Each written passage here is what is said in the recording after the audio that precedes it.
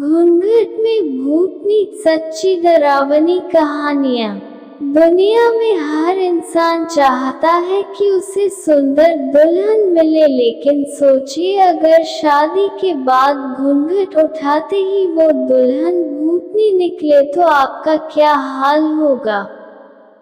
आपका तो पता नहीं, लेकिन भारत के बिहार राज्य के दरभंगा जिले में एक नेहरा नाम का गांव है जहां ऐसा ही कुछ हुआ है। आइए आपको पूरे किस्से पर लेकर चलते हैं। नेहरा नाम के इस गांव में स्थानीय लोग बताते हैं कि बहुत साल पहले इस गांव में एक नौजवान की शादी हुई और वो जब वापस दुल्हन लेकर लौट रहे थे, उस समय में डोली में बिठाकर दुल्हन को विदा करने का प्रचलन था।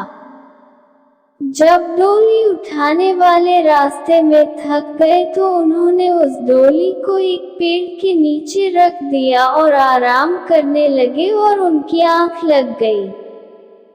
कहा जाता है कि इसी दौरान एक भूतनी ने उस दुल्हन को मारकर उसके शरीर पर कब्जा कर लिया।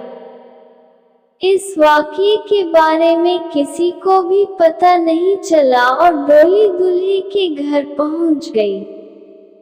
रात को जब दूल्हा सुहागरात में अपने कमरे में गया और जैसे ही दुल्हन का चेहरा देखने के लिए घूंघट उठाने लगा तो अचानक उसे जोरदार प्यास लगी और पानी पीने की इच्छा जताई। तो उस दुल्हन ने वहां बैठे बैठे अपने हाथ लंबे कर कुएं से पानी का लोटा भर लाई।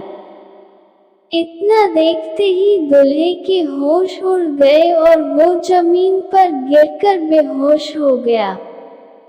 और जब उसे होश आया तो उसके सामने उसकी दुल्हन एक भूतनी के रूप में बैठी थी और उसने दूल्हे से कहा कि तुम मेरा राज जान चुके हो, इसलिए तुम्हारे पास मैं नहीं रह सकती और ऐसा किया तो तुम्हारी जान जा सकती है। मैं इस गांव में एक दुल्हन की तरह आई हूँ और आज से ये सारा गांव मेरी निगरानी में रहेगा। सारे गांव वालों को बता देना कि वो अपने घर में रखा चूल्हा अगर उत्तर में हो तो उसे दक्षिण में रखे, जिससे गांव उन्नति और विकास करेगा। भूतनी के ये कहते ही वो गायब हो गई और उस दूल्हे ने सारी बात गांव वालों को बताई और सारे गांव वालों ने चूल्हे की दिशा दक्षिण दिशा में कर दी। शास्त्रों में बताया जाता है कि चूल्हे को दक्षिण में रखना अशुभ माना जाता है, क्योंकि भूतों और यम की दिशा दक्षिण दिशा होती है।